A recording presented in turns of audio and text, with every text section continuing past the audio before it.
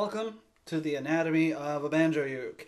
Kind of told you about it in the one above me, and if you're watching this on YouTube, that makes no sense. Go to ukeku.com, ukeku.com, and you'll see what I'm talking about as part of Banjo Uke Week. So, let's talk about what makes a banjo uke, and just kind of reference something. I learned a lot from one very good video, and it's below me here, and it should be, is the Deering Good Time Banjo and why it's so good. And it's pretty much from them. It's not a real review, but it talks a lot about what makes a good one and why theirs are so awesome. Their banjos are so awesome. So let's dive into the basics of a banjo uke.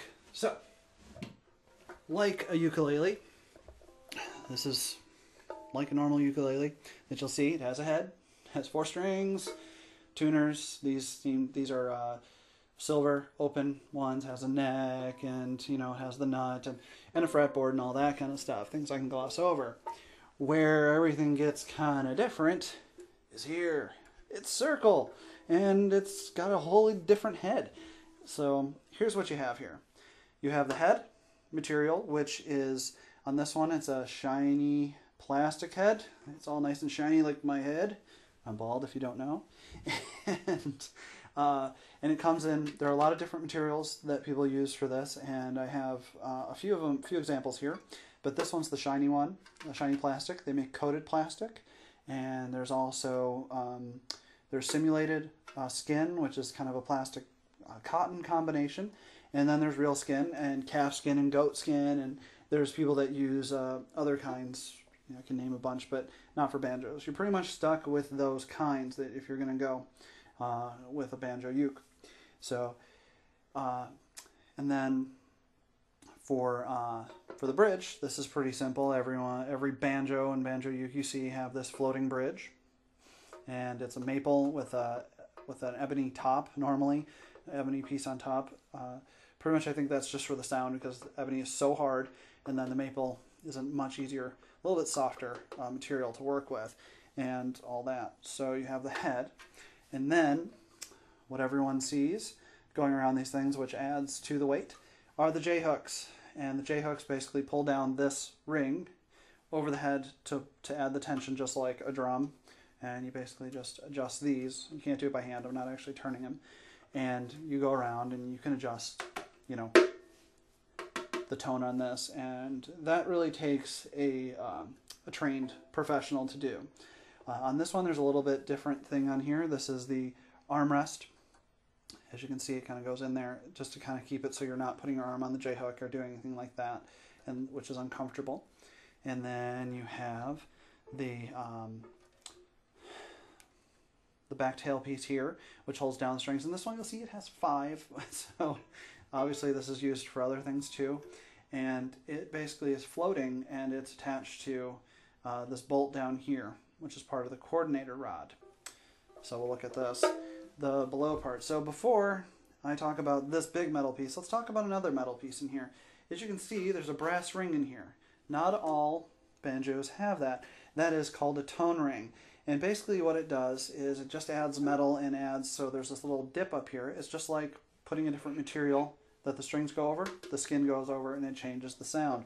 This one actually even has a type that I didn't know, and I learned from my friend Roger Vidito. This is called a white lady, W-Y-T-E lady. You look it up, and it basically means a hollow tube and all that. So let's talk about this thing. People call this a truss rod. Not a truss rod. Sorry, not a truss rod. It's called a coordinator. And what it does is it pretty much goes into the neck just a little bit, and then goes all the way to here to that bolt on the end. The reason for it is, on a regular banjo, and kind of on this one, is to keep this rim from misshaping like an egg, because there's a lot of tension, going from the tailpiece up to the head. So basically that makes it so this stays round. But also it has another function. If you tighten this lag bolt, you keep this tight. This must always be tightened, but don't over tighten it. If you don't know what you're doing, don't screw with any of this. But keep that tight. That is the fulcrum for this whole thing. And if you undo this bolt here, and then you adjust this one, pulling it in or out, that'll make the neck go one way or the other, lowering or making the strings higher, depending on what you need and how you want to play. And as you do that, you also need to adjust where your bridge is. So that's the basics behind a regular open back. Now, there is another piece that some of them have. You can see right behind me. Here's the Lanakai. Basically, same thing. You have your J hooks, you have everything else. You even have the nice little rest here. Except this one has a resonator on it. Big giant thing on the back that makes it weigh another 5 pounds. Not really. Weighs more. I would have a hard time holding this while playing.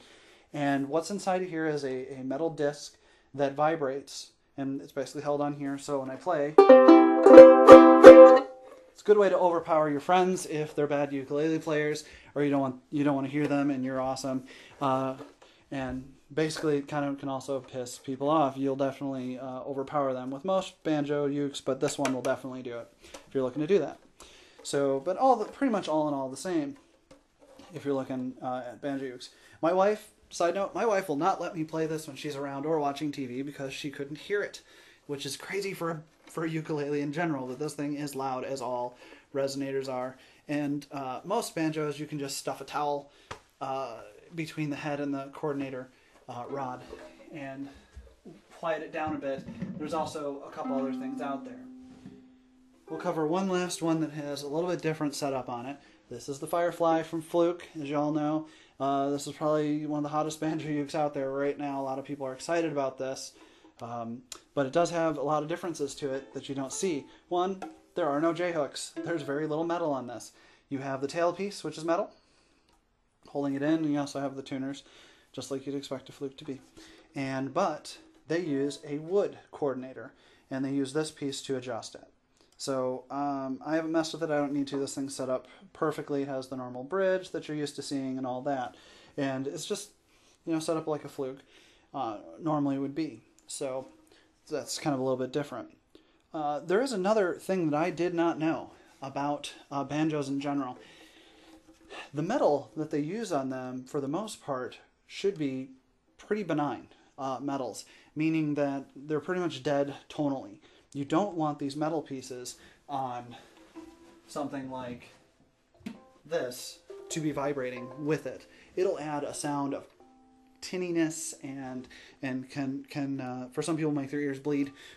Like me, I'm not a big fan of an all brass banjo, and it'll basically, it just adds a whole other tone to it. And if you like that, so be it. That's your deal. But not a big fan. So it's just kind of one of those things.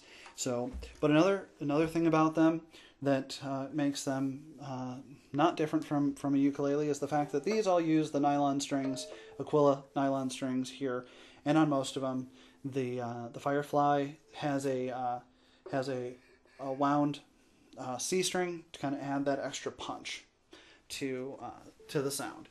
And really, that's all there is. I mean, it's pretty much like a ukulele, but not. It's a banjo. And, there's a lot of opportunities to change it and make the sound that you want by changing the heads and other things like that. And it's just kind of one of those things of what you want to do and the sound you want.